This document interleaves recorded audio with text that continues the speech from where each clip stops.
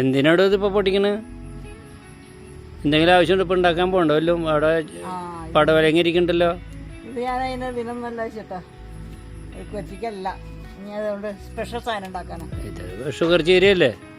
Sugar ചീരാന്ന് നമ്മൾ പറയുന്നു, പക്ഷെ ഇതിന്റെ പേര് ചായ് മൻസാണ്. ചായ് മൻസ. അയ്യോ, ഇത് ഷുഗർ ചീര എന്നിട്ട് ഞാൻ ശോഭയുടെ അവിടെ നിന്ന് കൊണ്ടുവച്ചാണുള്ളത്. ഇതിന്റെ ശരിക്കും പേര് ചായ് മൻസാണ്. അതേത് ലാംഗ്വേജ് അത്?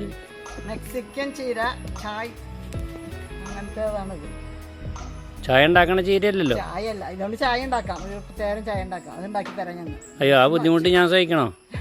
ജ്യൂസെന്നോ ചായന്നോ എന്തെങ്കിലും പറയാം നമുക്ക്. പിന്നെ ഇതുകൊണ്ട് സൂപ്പ് ഉണ്ടാക്കാം. അങ്ങനെ പല ഗുണങ്ങളും ഉണ്ട് ചേട്ടാ. ഇത് ഓർമ്മക്കുറവിനും വേരിക്കോസ് വെയിൻ മാറാനും ഷുഗറിനും പ്രഷർ കൺട്രോൾ ചെയ്യാനും രക്തശുദ്ധീകരണത്തിനും അങ്ങനെ എന്തൊക്കെ ഗുണങ്ങളാണ് ഇതിനെന്ന് അറിയോ ചേട്ടന്? വെറുതെ അല്ല, എന്നാൽ ചെറിയ കൊമ്പ് വെച്ചാൽ ഇങ്ങനെ നിറച്ചുണ്ടാവും ചെയ്യും. പിന്നെ എന്തിനാ നമ്മൾ വേറെ സാധനങ്ങൾ? അതെനിക്കറിയാം, ഞാൻ തന്നെ കൊണ്ടുവച്ച് 3-4 കൊമ്പ് അവിടെ ഇവിടെയൊക്കെ വെച്ചിട്ടുണ്ട്. അത് ഞാനിപ്പോൾ എത്ര പ്രാവശ്യം മെഴുക്ക് വെച്ച് കഴിച്ചു. അത് കഴിച്ചിരുന്നു. മെഴുക്ക് വരട്ടിയാണെന്ന് വിചാരിച്ചിട്ട് ഞാൻ ചോദിച്ചത്. അങ്ങനെയാണെങ്കിൽ അവിടെ പടവലങ്ങി ഇരിക്കുന്നുണ്ട്, അപ്പോൾ അതുണ്ടാക്കില്ലേ എന്ന് ഞാൻ ചോദിച്ചത്. അതുകൊണ്ടായിരുന്നു. അതും ഞാൻ കുടിക്കണോ? ഷുഗർ കുറയണ്ടേ? എനിക്ക് അതിന് മാത്രം ഷുഗർ ഒന്നും ഇല്ല കേട്ടോ. ഷുഗർ പേഷ്യൻ്റ് ആക്കണ്ട. പഞ്ചാരടിക്ക് കുറവില്ല. അപ്പോൾ എന്നാൽ ഇത്രയ്ക്ക് മതി, ഇത് മതിയാവും. ഞാൻ അതുകൊണ്ടൊരു പ്രത്യേക ജ്യൂസ് ഉണ്ടാക്കി തരാൻ ചേട്ടന്. അപ്പോൾ അമ്മൂസ് അവിയലിൻ്റെ പുതിയ ലക്കത്തിലേക്ക് എല്ലാവർക്കും സ്വാഗതം. ഇന്ന് ഞാൻ നിങ്ങൾക്ക് കാണിച്ചു തരുന്നത് ഈ ചായ് മൻസ എന്ന് പറയുന്ന, അതായത് ഷുഗർ ചീര എന്ന് നമ്മുടെ നാട്ടിൽ പറയുന്ന ഇതുകൊണ്ടുള്ള ഒരു പ്രത്യേക ജ്യൂസാണ്. അപ്പോൾ നമുക്കത് അങ്ങനെ ഉണ്ടാക്കാൻ നോക്കാം കേട്ടോ. അത് ഞാൻ ഈ നല്ല പോലെ കഴുകുകയാണ്.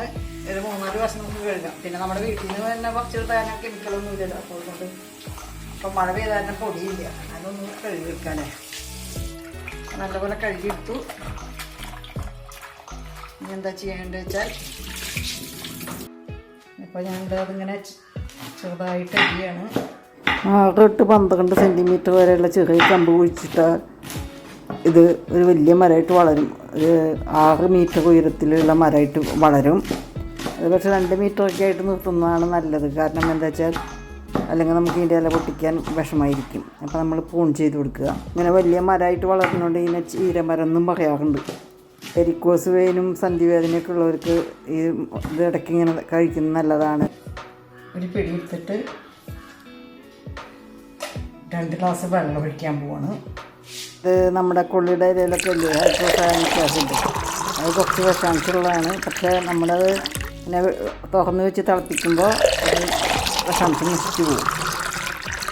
ഒരു മിനിമം ഒരു 10 മിനിറ്റെങ്കിലും, 10-20 മിനിറ്റ് വരെ ഇത് തിളപ്പിക്കണം. അപ്പോൾ വിഷാംശമൊക്കെ പോവും. പിന്നെ ഒരു കാര്യം പ്രത്യേകം ശ്രദ്ധിക്കേണ്ടത്, ഇത് അലുമിനിയം പാത്രത്തിൽ ഒരിക്കലും പാചകം ചെയ്യരുത്. സ്റ്റീൽ പാത്രമോ അല്ലെങ്കിൽ മൺപാത്രങ്ങളോ ഉപയോഗിക്കാം. അലുമിനിയം പാത്രത്തിൽ ഒരിക്കലും നമ്മളിത് കുക്ക് ചെയ്യരുത്. പിന്നെ പൊണ്ണത്തടിയുള്ളവർ ഇത് സൂപ്പായി കുടിക്കുന്നത് നല്ലതാണ്.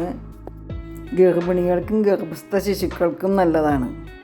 എല്ലാ ചീരവർഗ്ഗത്തിലും അടങ്ങിയിരിക്കണ പ്രോട്ടീനേക്കാളും കൂടുതൽ പ്രോട്ടീൻ, കാൽസ്യം, വിറ്റാമിൻസ് ഒക്കെ ഇതിലുണ്ട്, അയൺ ഒക്കെ ഇതിലുണ്ട്. അത് ഈ ഇല പതിവായി കഴിക്കുന്നവരിൽ കാഴ്ചശക്തി കൂടുതലായിട്ട് കാണുന്നുണ്ട്.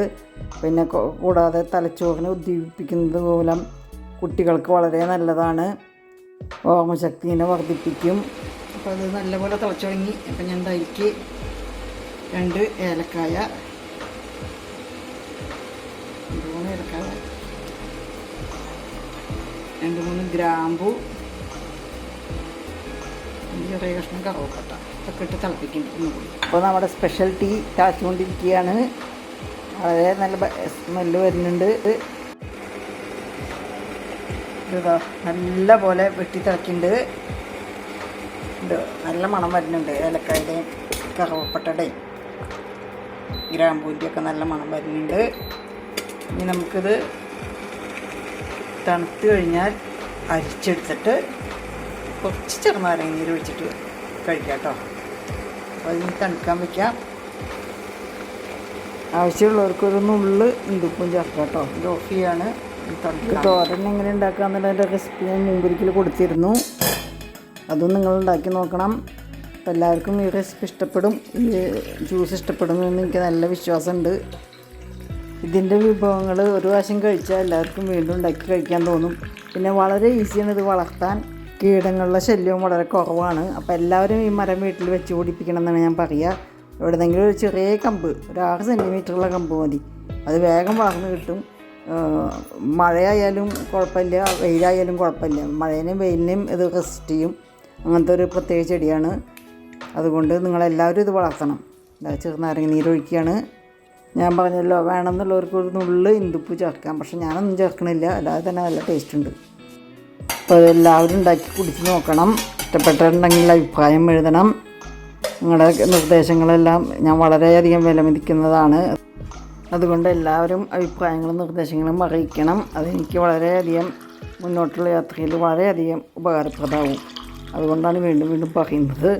അപ്പോൾ എല്ലാവരും അഭിപ്രായം അറിയിക്കണം കേട്ടോ. നല്ലതായാലും ചീത്തയായാലും ഒരു വിരോധമില്ല. അപ്പം ഞാൻ ഈ ജ്യൂസ് ഉണ്ടാക്കിയത് കുടിക്കാൻ പോവാണ്.